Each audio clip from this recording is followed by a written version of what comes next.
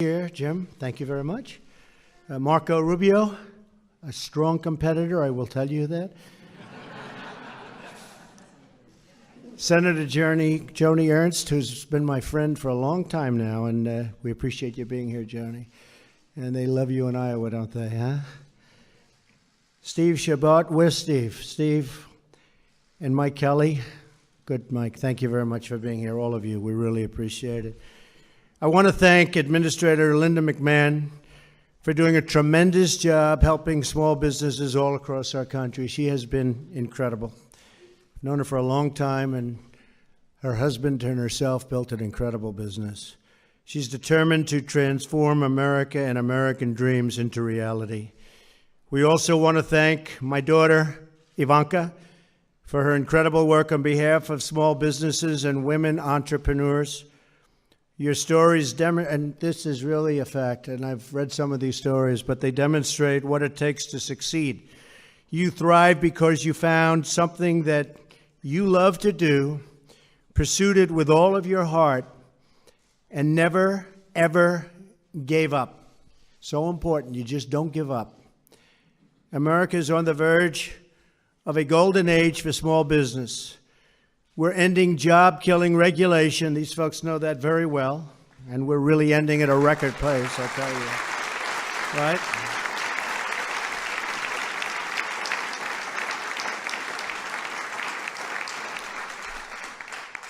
We're eliminating the massive restrictions on American energy, and numbers are going to be released next week that are going to be earth-shattering as to what we're doing with energy and the amounts of energy we're producing, far greater than ever before. And pursuing bold tax cuts so that our companies can thrive, compete, and grow. Thank you.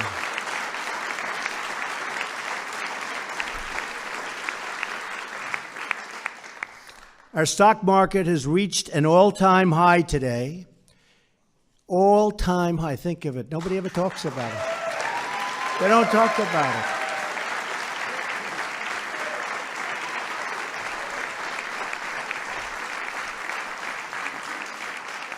I keep telling General Kelly, General, come on, let's go. You're chief of staff. They don't talk about the all-time high stock market. And they don't talk about another factor, that unemployment just hit a 16-year low. They don't want to talk about it.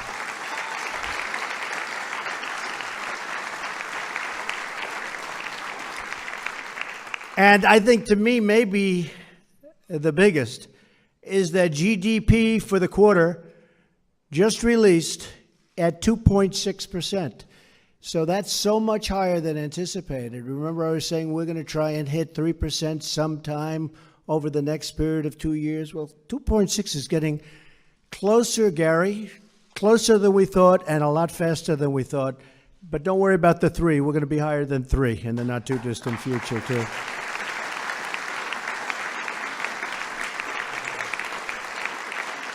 So we're setting economic records, and we're very proud of it. And that's, a very big thing. And the jobs are coming pouring back. Factories are coming pouring back into our country, Jobs are coming back. You saw the Foxconn last week. They're going to spend $10 billion, but he is one of the great businessmen of our time, and I think the number is going to be $30 million. So he told me off the record he thinks he may go $30 billion. Think of this.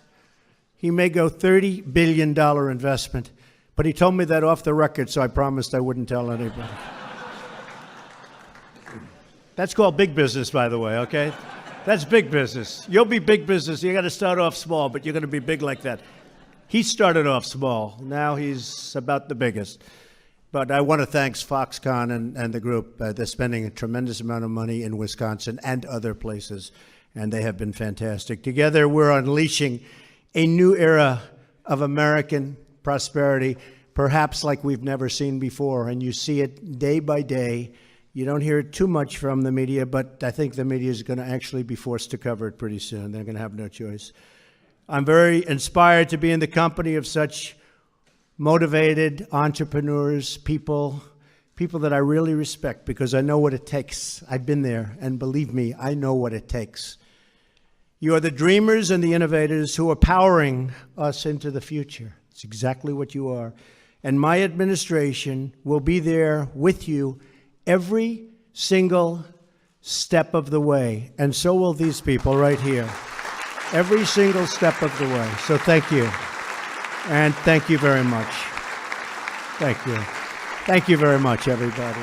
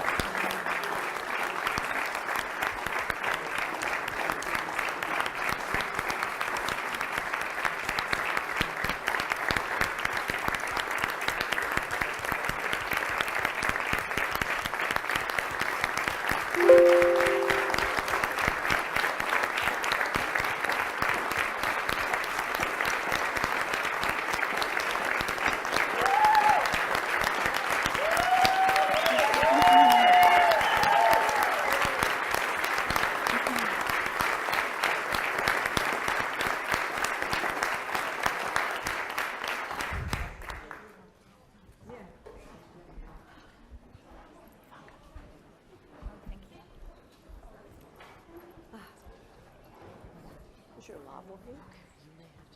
I know. We have a question from the audience.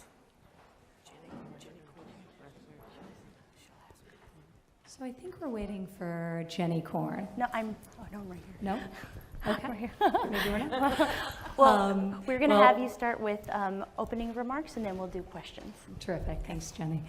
So that was pretty powerful. We're in the White House, small business owners, entrepreneurs, and you heard from a large former business owner, a large business owner, and a tremendous entrepreneur. And we're sitting here on stage with Administrator McMahon, who has such an incredible entrepreneurial history and can so personally connect with the stories of so many people here. But it is very powering, it is very inspiring, and really this administration, day in, day out, is steadfast in its commitment to jobs and job creation.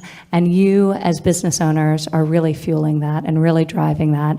And we're looking to unleash you so you can bring your full potential, so you can create more jobs. I believe 60 million jobs in this country are a direct result of small business entrepreneurs such as yourself. So it is tremendously impactful on the ecosystem of job creation. And we're doing everything we can, and we'll look forward to your input today as we take some questions on how we can do even more, but through comprehensive tax reform that will enable you to have more money to reinvest in the growth of your businesses, to regulatory reform. There are some 800 regulations that were put on the books by the previous administration that really, many of which, not all of which, but many of which really stifle your ability to grow and to continue to create and produce. So we are committed to addressing all of those things, many more, creating increased access to capital, access to mentorship, as the SBA does through so many of its really transformative and innovative programs, access to networks, to markets for you to trade with across state lines and internationally as well. So we are committed to supporting the American worker and the American job creator. And we are excited to be here today to celebrate an agency that is doing just that, and an incredible director as she commences her 65th year of the SBA. Not quite your 65th. Not quite. No. So I will turn it over now to Administrator McMahon as she'll tell us a little bit about SBA's initiatives and how they can support your businesses. And then we're going to take some questions from the audience. Thank you. Am my mic, is this lav working, or do I need to use this? Okay, great. Thank you, Ivanka, for sharing the stage with me today, and I must apologize in advance for my voice.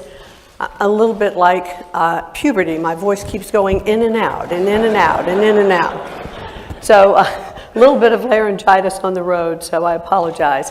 I'm so delighted to be here this afternoon as the administrator for the Small Business Administration. We will celebrate our 65th anniversary next year this time. So we're kicking off this year full of reimagining the SBA. And we're going to spend the entire next year, we might even cheat a little bit, National Small Business Week next year, and announcing our new marketing message, our new logos, because I found out about the second week I was in office that SBA is probably one of the best kept secrets in the country. You think SBA, what do you think? Think loans. SBA is so much more than loans. It is counseling. Yes, it is access to capital, which businesses need obviously to start. Cash is king. But then I found out that the counseling and the mentoring aspect that comes along with SBA is as important or almost as important as the cash. So we have components of access to capital, counseling, government contracting, which grows many of our small businesses. And then we have disaster relief. Because what happens when a disaster hits an area? Many businesses are put out of commission. Homes are lost.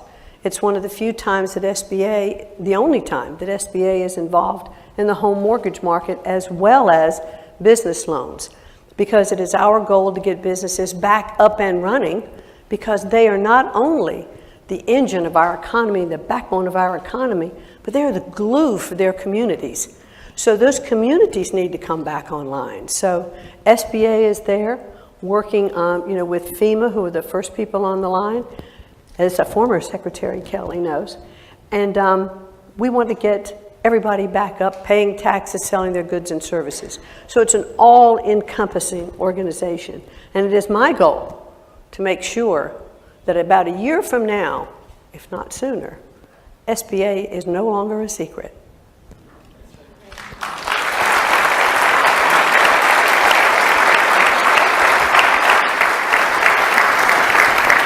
Thank you so much, Administrator McMahon and Ivanka. You have such great champions of the small business community here, along with President Trump.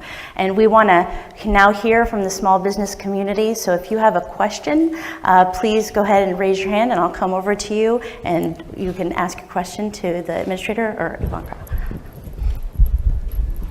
Yes, sir. If you could tell us your name and your company and your question. Hi there, I'm Jeff Dykes. I'm a firefighter from Wisconsin. I started a company called Northern Star Fire.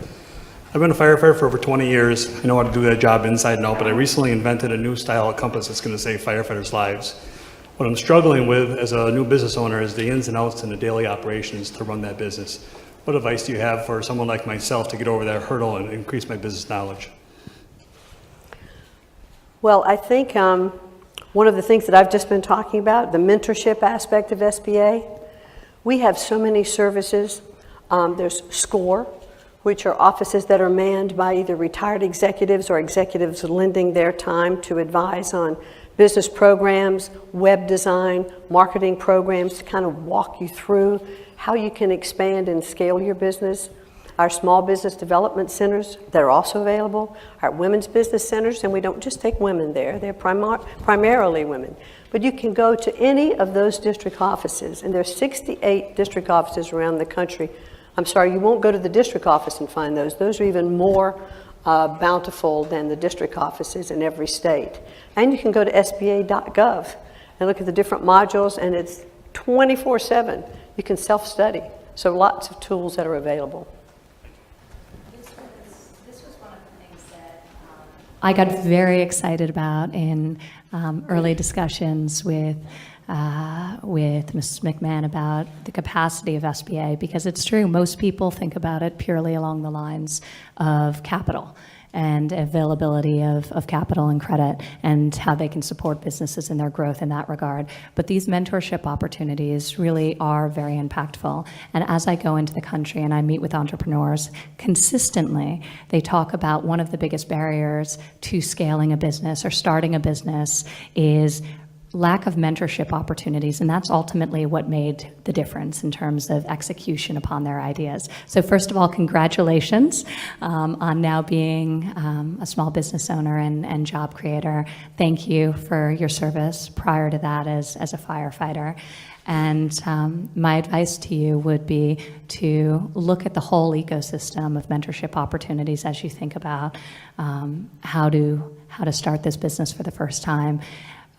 Listen to a lot of people, including people who tell you your idea are bad, and internalize that feedback. But ultimately, I think that thinking through and bringing on partners and people and employees that can complement your skill set and help you to think about the execution of your business plan is critical as you think about scale in a meaningful way.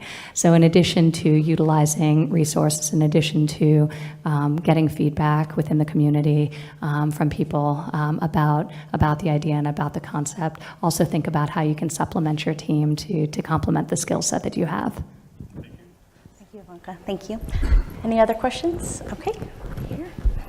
Have your name and your business name. Hello, my name is Sherry Garner-Brumbaugh, and I'm from Findlay, Ohio, and I am a proud owner of a trucking company, a second-generation woman-owned trucking company now. And I have a question for you, Ms. Strom.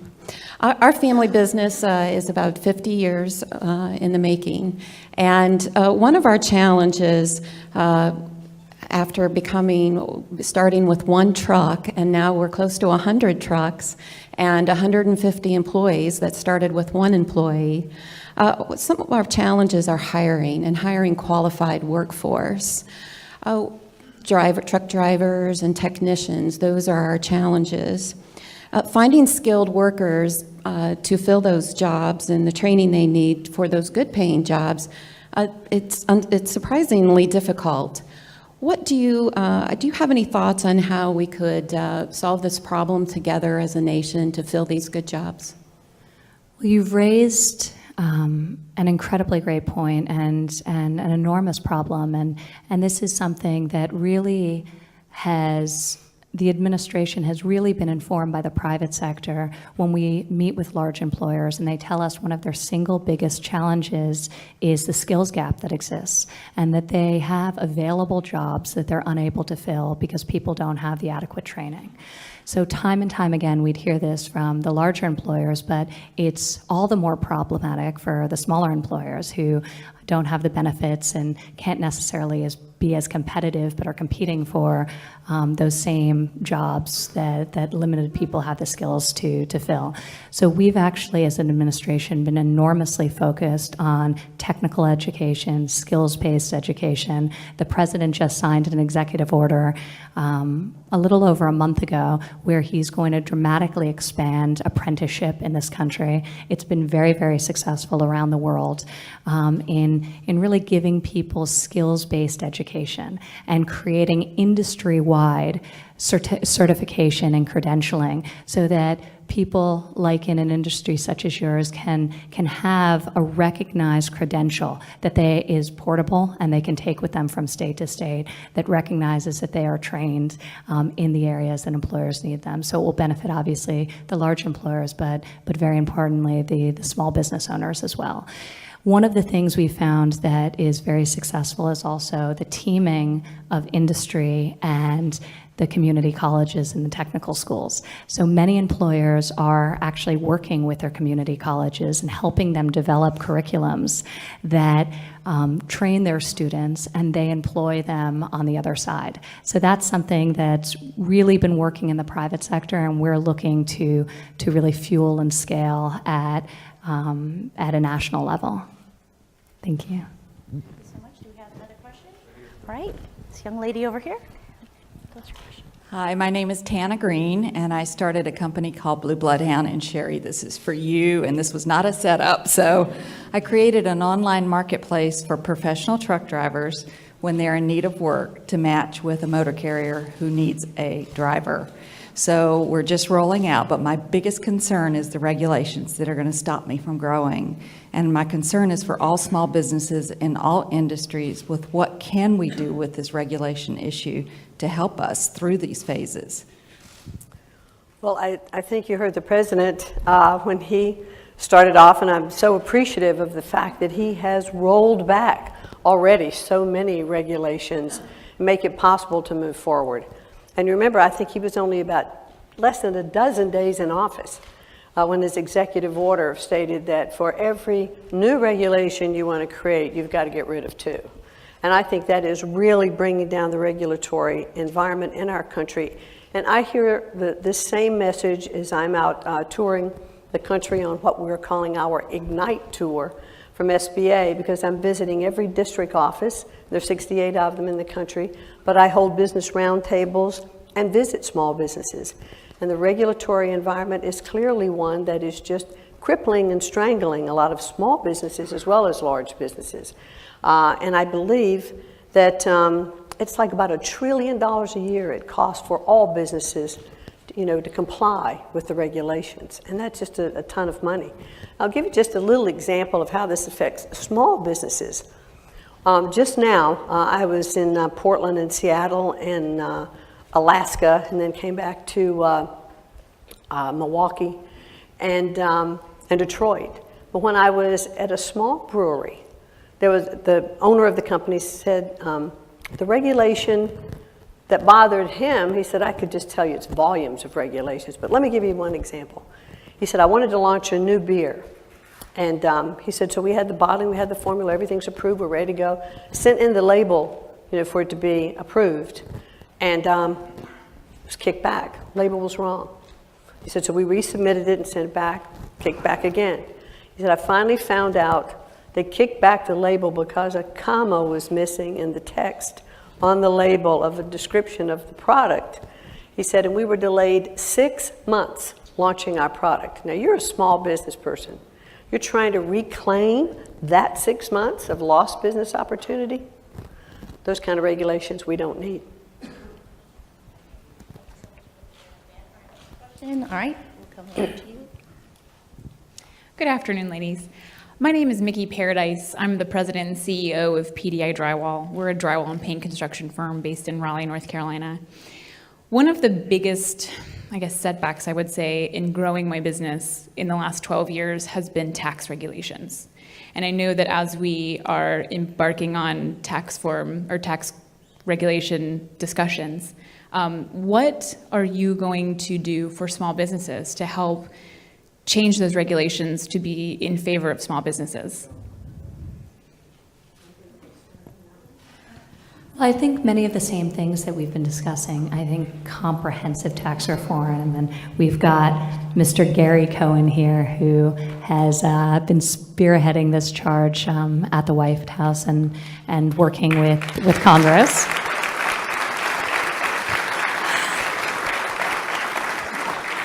So you can definitely pick his brain about tax reform. It's definitely high on his mind these days. But lowering the corporate rate, encouraging business to grow, encouraging businesses that are based here to stay here and bring their capital back that's been trapped overseas will have an enormously positive impact within our country and free up so many dollars that can be further reinvested into our businesses. And then I think in conjunction with regulatory reform, which we've come out of the gate swinging on, so it's a major focus. And I think my father's particular sensitivity to this issue is having been such a successful person in business himself. So he understands the limitations, whether it was on businesses that he was looking to buy or he was looking to grow, but also in dealing with suppliers and smaller businesses that serviced his companies over the years. So he very much understands how the regulatory environment, while important on some level, has grown to a place where it is the unintended consequence is really stifling the entrepreneurial spirit. And we're going to bring that all back, and we've started doing it. Tax reform is going to be so incredibly important for business, but for every American. So we're very, very optimistic about both of those things and continued progress. And I'd just like to add again, as I'm touring the country, small businesses will say to me, look, any kind of tax reduction will be great. Just let me know what it is. What's going to be my percentage? I'm not worried about the loopholes. I'm not worried. Tell me what the rate is going to be so I can plan my business. And without fail, every single one of those businesses tell me they will take that money and reinvest it in their business and grow and hire more people, and that will continue to grow our economy. So we'll see that growth when we see our tax rates come down, especially those that are in either sole proprietorships, LLCs, or sub-S corps, which all that money flows through. Are you a sub-S corp? You know exactly how that works. So we're working on it. Thank you very much. Great, thank you. Our next question. We have our next question. Hi, my name is Richard Dabney, and my business is a franchise business, The Flying Locksmiths, in beautiful Ann Arbor, Michigan. So I've had over 30 years in different sized businesses, different industries, with many ups and downs. So today my question is for Ivanka. What do you feel has been your biggest challenge in business, and what do you feel has been your biggest or most exciting success in your businesses? Thank you. Well, I think as an entrepreneur, you try to balance your own time, your own energy, your own focus, and especially when you think big, you sometimes have to slow yourself down to build foundationally to enable you to grow and enable you to scale. So to actually impose a certain level of discipline upon yourself to enable you to achieve the growth you want to achieve. And especially in the early days, it's very hard when you have limited people, limited bandwidth. You're just launching a product or a service, and you know, hopefully feel some of that early momentum. So I think when you are an entrepreneur, you have to be a visionary, but you also have to be an executor. And the successful entrepreneurs are the ones who are both, who they dream big, they think big, they swing for the fences, but they also are highly pragmatic and able to execute on the task at hand. So sometimes there's an imbalance between those two competing feelings, and I think for anyone to be successful helming a business, they have to be able to reconcile those two things. And ultimately, we were talking about it before, whether in the forms of skills training or recruitment and hiring, but you know, you're as good as your people. So investing in your teams, investing in your employees, and making sure that you've cultivated a group that complements you, that challenges you, that pushes you, and that will enable you to succeed. So, you know, for me, I think success in any business that I've ever witnessed that has scaled and done tremendously well, it's because they have a great team and great people. Okay, our next question. Thank you all for doing this for us today. I appreciate it very much. My name is Danny Vargas. I'm the president of a company called Varcom Solutions. We are a marketing, public engagement, and communications firm. We are an 8A company, and we're a service-disabled, veteran-owned small business, originally from New York City, but we've been based in Northern Virginia for the last many years. Virginia is the #1 state for veteran-owned businesses, and as a minority-owned business and as a service-disabled, veteran-owned business, our right to pursue the American dream is something that I hold very near and dear to my heart. But I am wondering, I'm curious, as to, over the last several months, I'm sure you've had the opportunity to meet a great number of entrepreneurs. Is there one particular story that stands out in your mind as probably the most inspirational story from a small business owner? Oh, wow. It's been incredible to hear so many stories. And not just since I've had the great fortune to be part of this administration, but also during the 2 years prior, campaigning and traveling around the country. And one of the unique things about this experience, and you know, in this case, my father was running for president of the United States, people would come up to you wherever in the country you were and tell you their stories with such tremendous detail and tell you of their hardest challenges. and share with you things in a way that they never otherwise would have. You could have walked the same streets, met the same person, and they would never open themselves up to you in the same way they do during the process of a campaign, and now today being part of this administration. So I feel blessed for the candor in which people share their ideas and their perspectives and their personal stories. Linda and I were actually together in Baltimore just days after the inauguration, and we did a roundtable with small business owners, predominantly female, predominantly minority small business owners, hosted by the National Urban League. And one of those women who I've stayed in touch with today, and actually brought her over to the White House a few months later, is named Lisa Phillips, and she had a small business, a party planning business. And she told me her story, and I think we were all crying. It was so amazing. She had started out homeless and is just now got engaged, just very recently, but this spring got her master's degree, has a small but thriving small business in the party planning space, and is giving back by volunteering homeless youth in her community of Baltimore. So these types of stories forever change you. It's unbelievable to hear the grit, the perseverance, and the energy. I know she's going to continue to make an enormous impact, not just within the context of her business, but in the context of her community.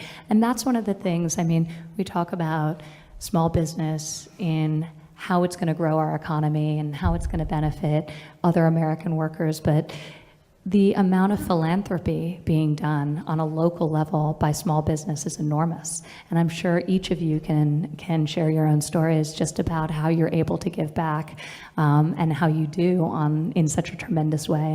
And that's deeply inspiring as well. So Lisa's story was very moving to me.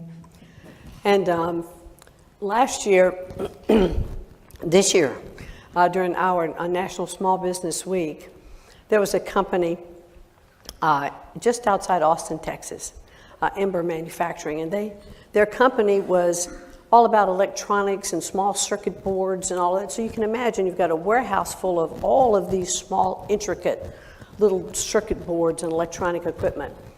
And the river flooded and just flooded their entire manufacturing operation. Water was, this deep, mud. I think it destroyed about a third of their inventory and of their finished product and everything they had in process. And so the gentleman who was the proprietor of this company said, what was so amazing, and I was very happy that SBA was able to come in with a $2 million disaster relief loan for him. But it was that he talked about how his employees would come in and work all hours, and they actually had to take cloths and wipe down all of the wires and the cables and clean the circuit boards, those that were salvageable. And they spent hours and hours doing this. And in 6 weeks' time, they were back up and running. But now many of the employees couldn't come in and work during that time. They just didn't have room for them. He continued to pay his employees and their benefits, through that entire time, and helped, with donations into the community as well. And so it just lets you know the heart of entrepreneurs. They're risk takers, but they are on 24/7, and they're often, the CEOs and the janitors. And that's why, they'll always have a special place, in my heart, because I know what that's like. We've all started small. Well, those are wonderful stories, just like many in this room, and we have time for one more of our business owners to ask a question. Hi, my name's Jim Worthington. I'm the owner of the Newtown Athletic Club in Newtown, Bucks County, Pennsylvania, a 25-acre lifestyle center. I'm also co-chair of IRSA, the largest trade organization for the fitness industry, and an advocate through my business of the Right to Try bill. So after all that, I'd like to ask both of you, what are the experiences that you've had that you'd like to share in your business careers, and some of the do's and don'ts or lessons you learned that would be beneficial to us today? Thank you. Well, I think every entrepreneur goes into business knowing they're taking a risk. So you have to manage that downside risk. But I can tell you one of the ups and downs that I've had. I've been bankrupt. My house was auctioned off in our neighborhood and my car repossessed in the driveway. 7 months pregnant with our second child. So when I talk to entrepreneurs that have had failing businesses or had a bad time, some of them refer to it as a bad patch because they're determined to come back. I think one of the most inspirational things to me is to listen to entrepreneurs and how they get through the tough times. Because I've often said it's not how you fall, but it's how you get back up.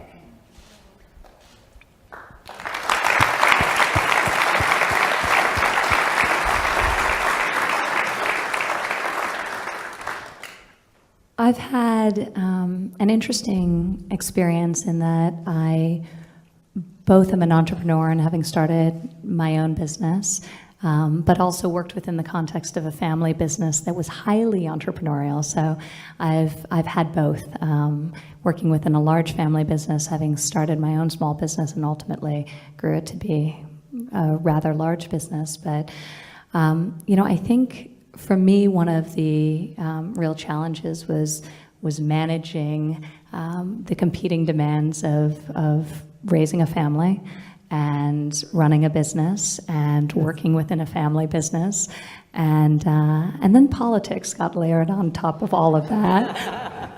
And then I got pregnant with my third child in the midst of all of that. And one of the things I will say, there's no right answer, and people ask about balance a lot, and I'm always sort of dismissive of it because I don't think you can plan for balance. You can strategically structure your schedule to avoid work travel, and then coming home and having an event where you have to be out, and so you can manage things like that. But we all know that we're one kid's illness away from losing all balance. There's no way you can plan for certain things, and I have found that every time I think a challenge is large and will be hard for me to overcome, that's been put in my path, or anyone else that I've met with that has been successful, if you grind through it, you get through it, you look back in retrospect, and it feels much more manageable than it was in the moment. So, this sort of perspective and staying in the moment and keeping a laser focus on what your priorities are. So I tell people not to architect their life for balance, but architect their life in a way that's aligned with what their priorities are, and constantly measure yourself against your priorities and try to ensure that you were where you needed to be over the long term, and give yourself a little slack in the short term.